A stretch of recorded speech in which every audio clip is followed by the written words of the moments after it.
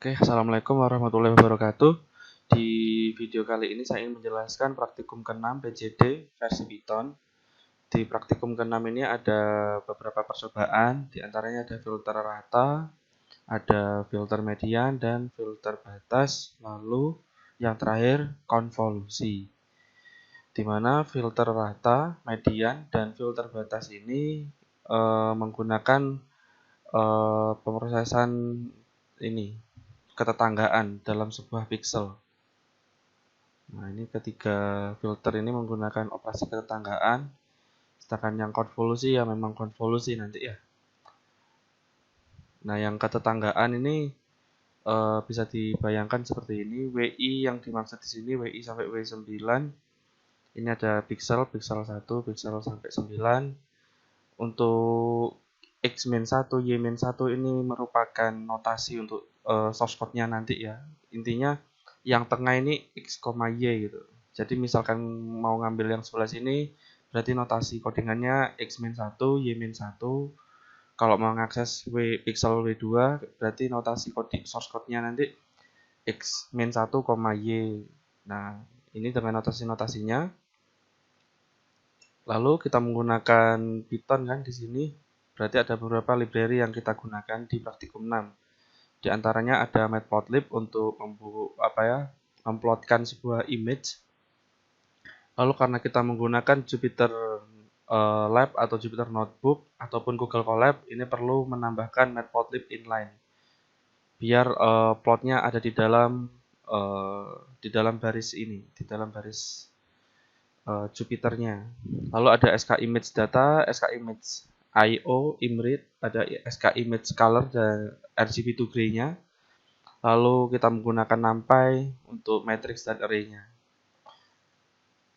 Ketiga filter yang akan kita pakai ini semuanya library-nya sama ya. Kita menggunakan library yang sama. Lalu tahapan-tahapannya juga sama. Kita membuat sebuah load, kita membaca sebuah image mobil TIFF dan boneka TIFF yang ada di directory ya, boneka TIFF dan mobil TIFF. Setelah itu kita perlu melihat ukuran dari citranya. Ini ukuran dari citranya. Ini citra mobil dan ini citra boneka. Sama filter median juga menggunakan dua buah citra yang sama. Nah, ini filter median dan filter batas, filter rata menggunakan citra yang sama ya. Nah, ini yang bedanya adalah cara kerja filternya. Ini untuk kode asal MATLAB filter rata, ini kode asal MATLAB untuk filter median. Lalu ini yang saya blok merupakan kode asal MATLAB untuk filter batas. Nah, bagaimana dengan yang di Python? Nah, sebelum kita merujuk ke kode asal dari MATLAB-nya, kita perlu menyiapkan copy terhadap citra 1 dan citra 2. Setelah kita kopikan, kita merubah tipe data yang ada di copy citra 1 menjadi float. Begitu ya. Setelah itu kita perlu mencari jumlah baris dan kolom terhadap citra 1 dan citra 2. Disimpan di sini. M1 itu jumlah baris untuk copy citra 1, M1 jumlah kolom untuk copy citra 1. Begitu pula M2 dan N2 ini jumlah baris dan jumlah kolom terhadap citra 2. Nah, ini informasinya yang akan kita gunakan untuk looping baris dan kolom nantinya. Setelah itu kita melakukan filter. Nah, ini di sini. Ini filter rata. Nah, yang ini filter median. Lalu yang ini filter batas. Perbedaan pemrosesannya itu ada di sebelah sininya ya. Kalau looping baris dan kolomnya sama semua. Jadi looping baris dulu, setelah itu looping kolom. A1 dan B1 ini untuk menyimpan variabel temporary ya, menyimpan informasi nilai baris dan informasi nilai kolom. Jadi ini operasinya kita mengambil 9 citra lalu menambahkan. 9 citra tersebut ditambahkan setelah kita tambahkan dikalikan dengan 1/9. Nah, lalu outputnya dengan baris dan kolom yang sama saat looping atau iterasi.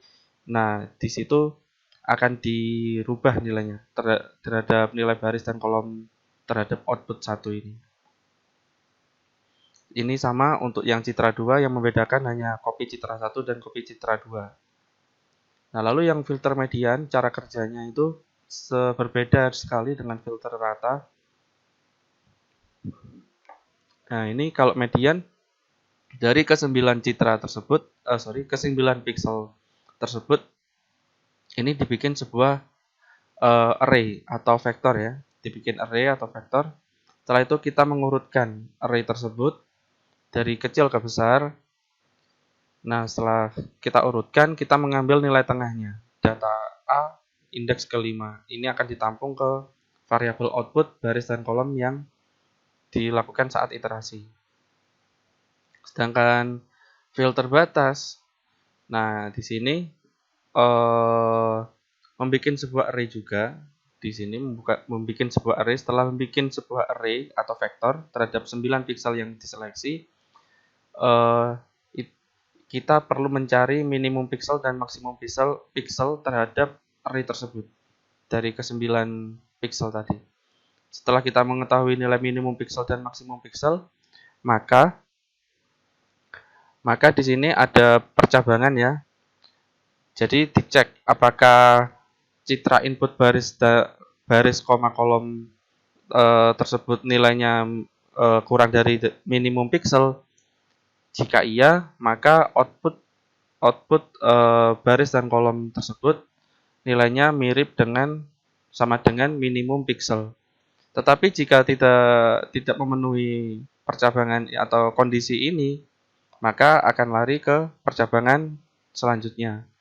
Di mana jika citra input baris koma kolom tersebut melebihi dari maksimum pixel, maka outputnya sama dengan maksimum pixel. Jika tidak melebihi maksimum pixel, maka outputnya adalah input citra itu sendiri.